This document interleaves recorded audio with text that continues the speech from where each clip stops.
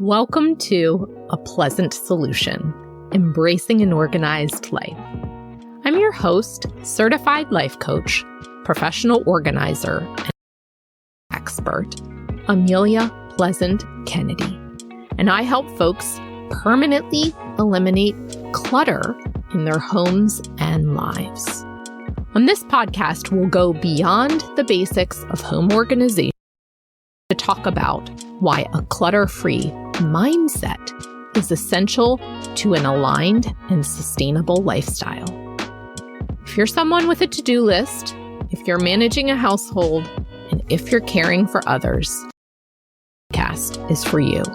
Let's dive in.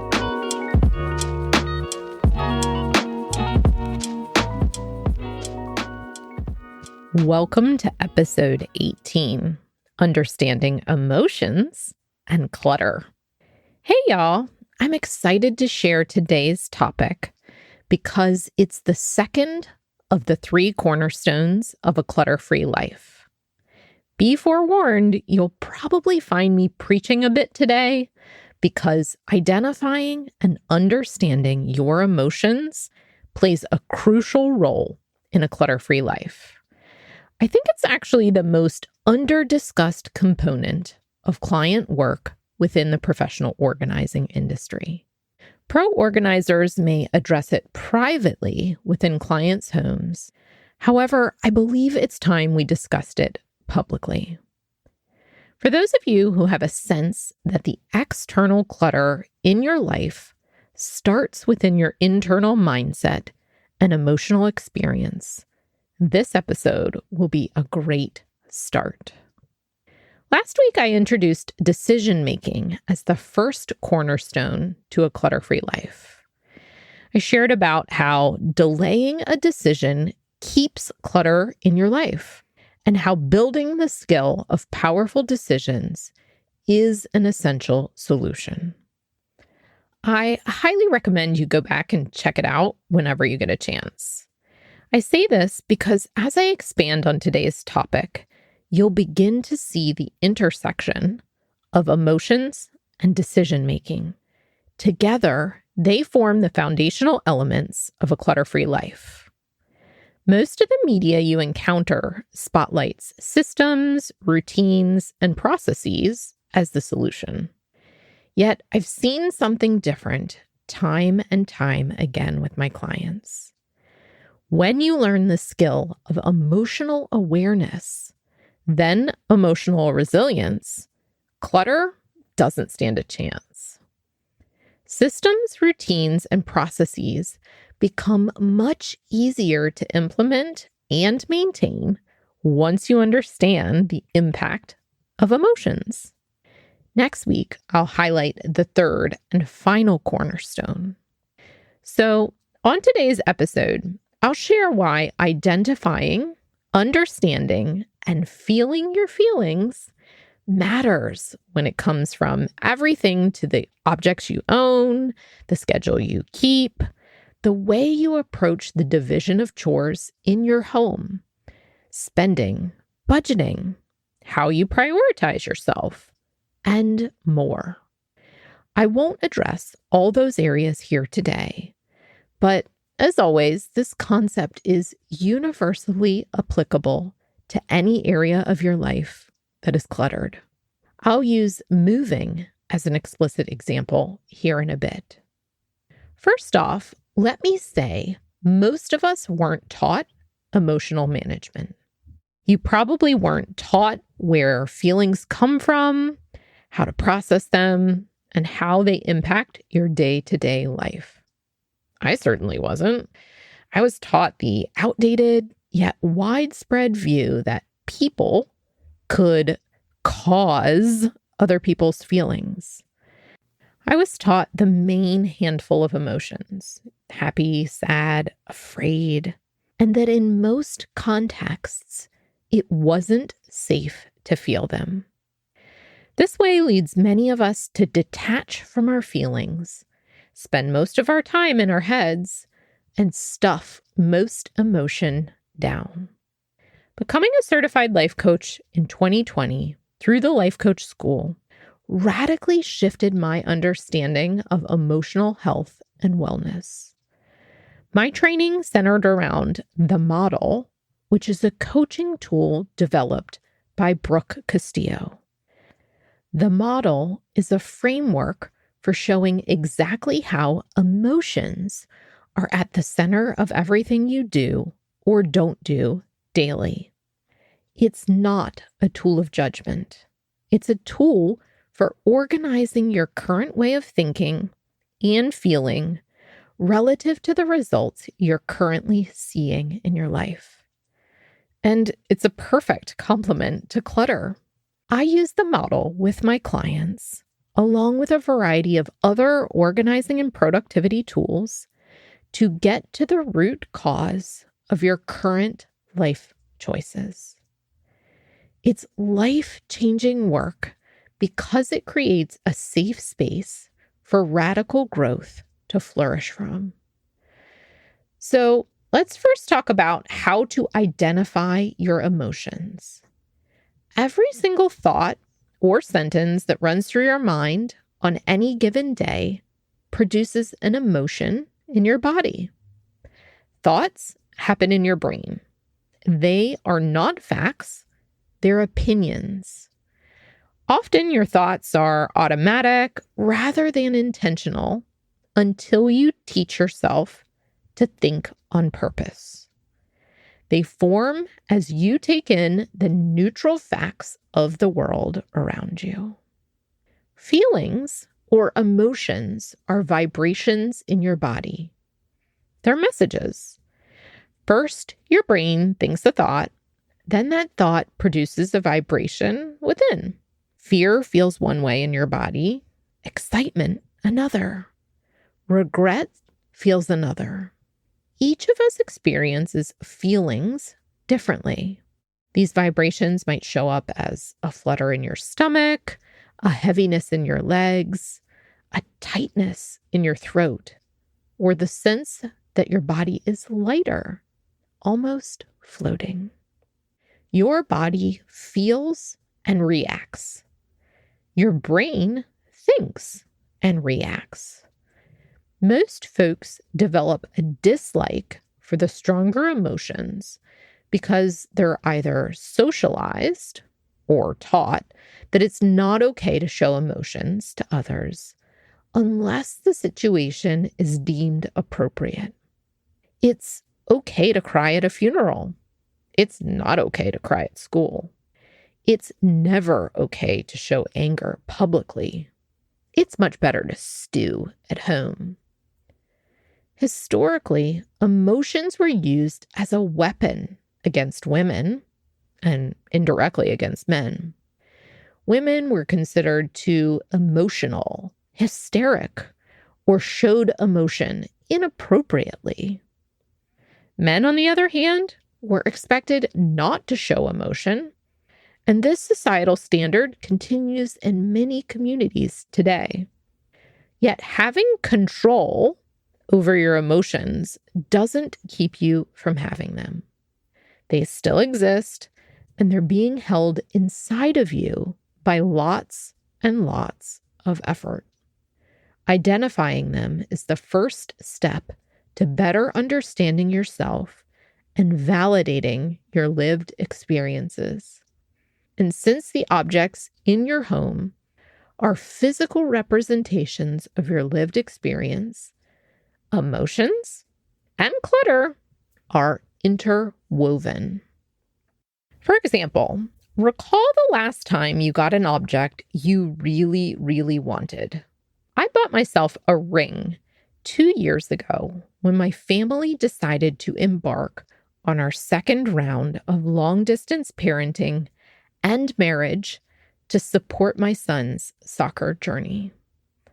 Part of that transition process involved decluttering and staging our home for sale. As you can imagine, that process was in my wheelhouse. I worked diligently on my own for 6 weeks, partnered with the realtor and with the trusted business partners in my network to ultimately sell our home with a profit in 24 hours. We let go of 60% of our belongings. We moved into an apartment in downtown Detroit and secured a furnished condo in Sarasota. I was proud. Yes, it was work. Yes, the process took time and energy. Yet, because it was aligned with our vision for our family, my thoughts about the experience created a feeling of pride within my body. The ring I purchased to celebrate the accomplishment encapsulates that feeling for me. When I look at the ring, I can remember what I accomplished, and I feel pride as a vibration in my body. I can clearly identify that feeling because of my thoughts. When you think of your item and why you wanted it, notice the sparks of feeling that happen within your body as you recall it. You're having thoughts about that item, and those thoughts are creating warm feelings. Again, feelings and emotions are messages within your body resulting from your thoughts. In the last example, you tapped into a quote-unquote positive emotion. I use quotes here because the standard thinking is that emotions are either positive or negative. However, they're all just messages. You wouldn't know that an emotion was positive unless you had a relative reference point with the emotions I'll discuss now. Now let's switch to identifying a different emotion. Think of an item that you own that you may be struggling to let go of. It could be a family heirloom, your wedding dress, a childhood memento, or an object representing someone who's no longer living. Notice the story you have around the item. The story is interwoven with the object. I just shared the story I've interwoven into the ring I bought. The same types of stories are interwoven into items that produce more tender emotions within us. The story you're recalling, that story is a set of thoughts. Those thoughts are fueling an emotion within your body. If you're actively in this exercise with me right now, see if you can identify or name one or more emotions that you may be feeling. It could be nostalgia. It could be deep sorrow. It could be fondness. Try your best to picture the object, hear the story in your mind, then identify the feeling in your body. Deep breath. Well done. If you chose not to participate in the exercise, I invite you to get curious as to why not. If you're busy doing something else while listening to this episode, I totally understand. If you purposefully found yourself avoiding tapping into your emotions, notice if that's the case. As always, you're seeking awareness of what's happening inside of you. Avoiding emotions is common. It's data for you to better understand yourself and where you are in your life right now. You may need more psychological safety in order to begin to feel, and that's okay. Making decisions about what you own, the schedule you keep, who does what within the home, and feeling your feelings are two of the cornerstones of a clutter-free life. The objects you're holding on to aren't just items you've delayed deciding about. They're items that have an emotion or a story attached. In order to make an intentional, aligned decision about the future of that item, you must first feel your feelings. In order to limit your daily activities and make more time for yourself, you must feel your feelings in order to invite your kids and partner to share in the mental and physical load of running your household. You must feel your feelings.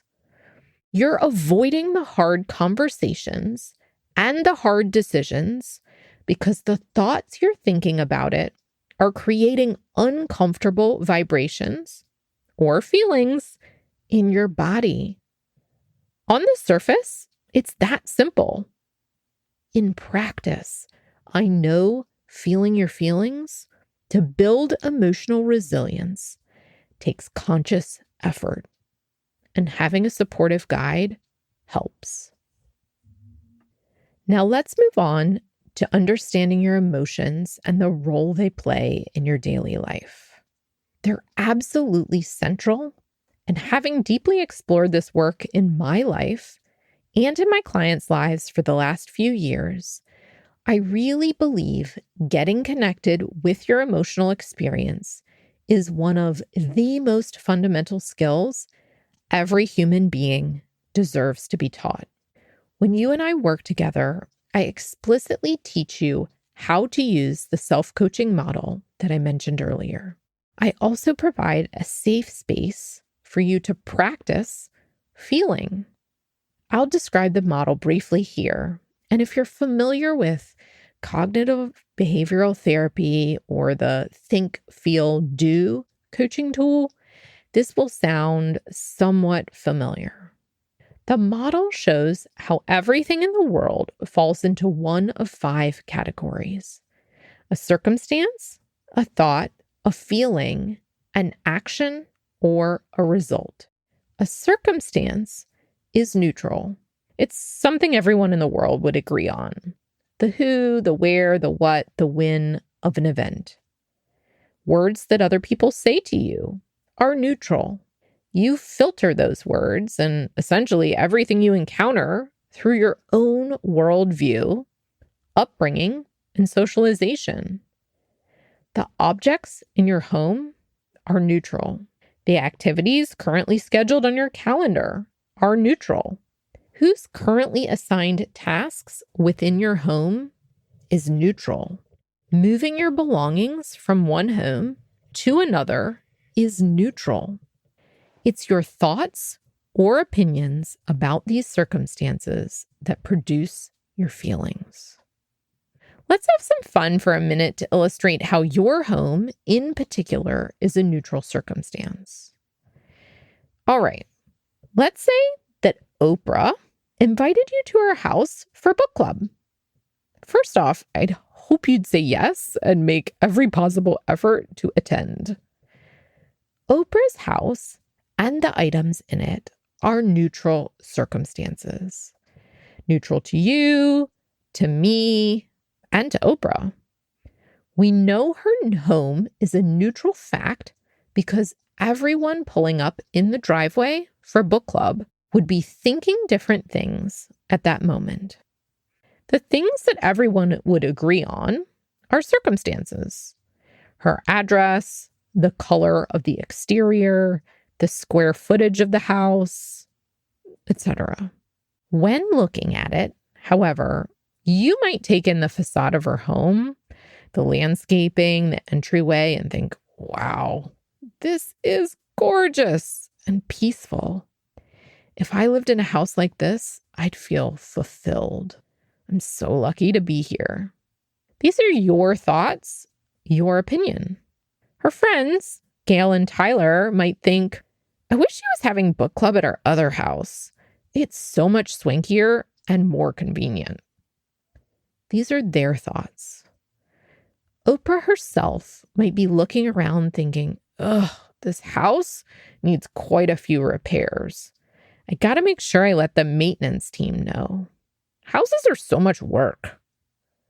You know, no matter how successful folks are, the default thinking is going to point out the flaws. Our thoughts about a circumstance, Oprah's physical house, create our emotional experience. Now, let's flip the script. Let's say that Oprah was coming to your house for book club. I'm going to pause and let that sink in for a moment.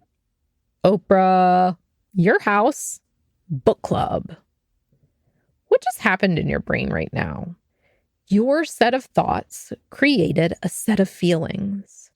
These feelings may range from excitement to overwhelm to shame, with lots of choices in between. Your emotional experience comes from the way that you're thinking about what your home looks like, what you're thinking about the size and layout of your home, what you're thinking about how tidy or untidy it is. You might also be guessing what Oprah will think about your home.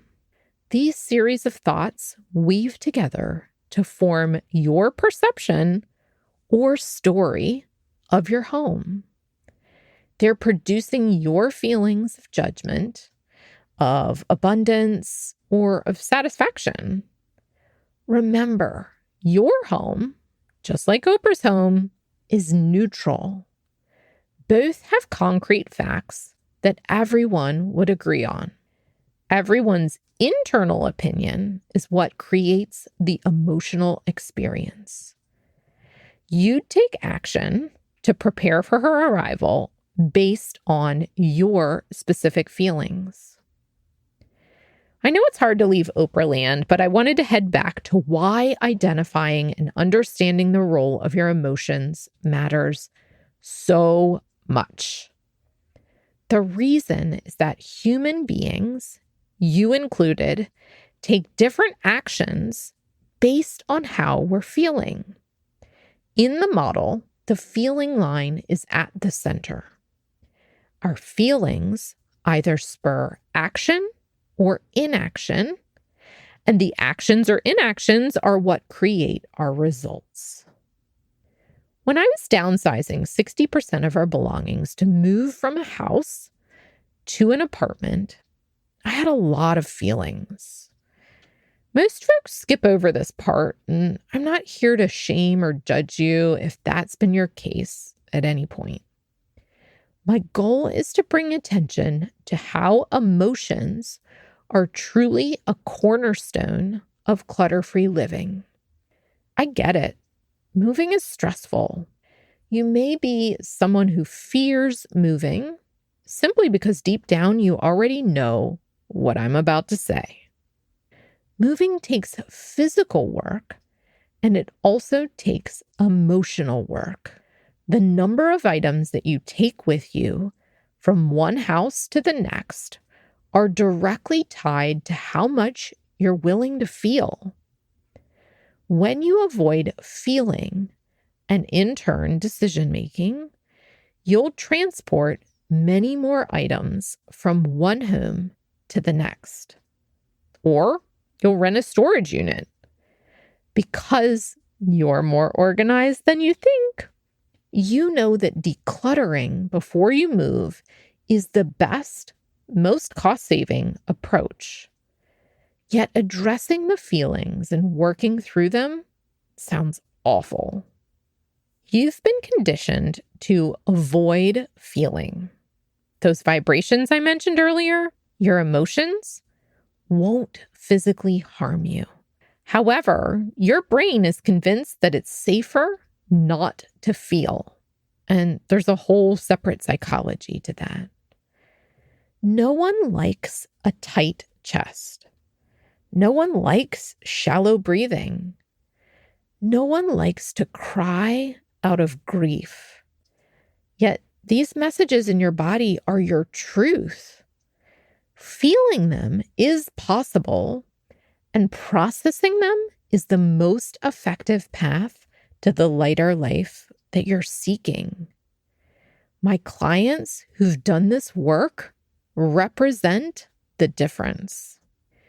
Many of the items I passed on when we were moving were family heirlooms. They were gorgeous old pieces of furniture that I'd grown up with.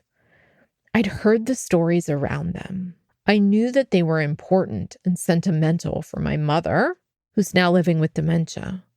I was the keeper of the memories and stories for these items. As a result, I was the person who had to feel my feelings.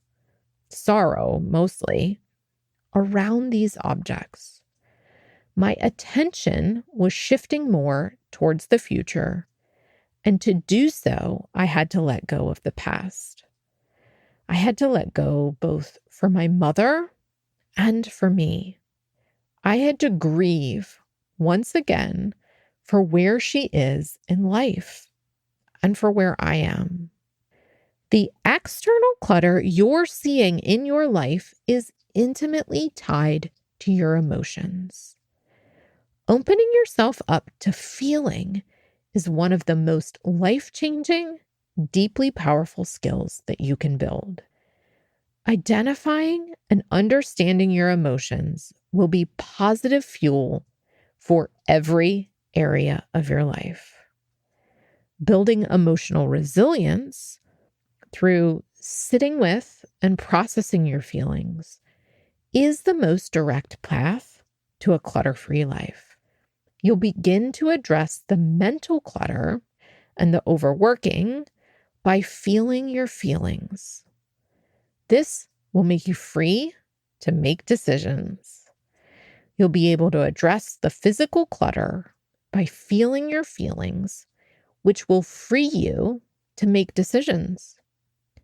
You'll be able to have challenging or sensitive conversations with family members by feeling your feelings. When you're willing to identify your emotions, understand the role they play, and then feel them, you're unstoppable. You develop grit and a level of sensitivity that is true emotional health. You'll begin to let go of clutter of all kinds that is holding you back from the intentional living you want to embody. It's embracing an organized life. If what I've shared here today touches you or aligns with your personal experience, I invite you to book a consultation with me. All emotions are welcome, and it's my job to make it explicitly safe for you. I'd love to hear how clutter shows up in your life and craft a customized solution to lighten your mental, emotional, and physical load. Talk to y'all soon. Thanks so much for tuning in to this week's episode. If you liked this episode and know of just and get value from it too, I invite you to share it with them. I'd be more than grateful. I'd love to stay connected with you too. Make sure to follow this podcast, to connect with me on Instagram and join my community at apleasantsolution.com. Talk to y'all soon, and remember, you're more organized than you think.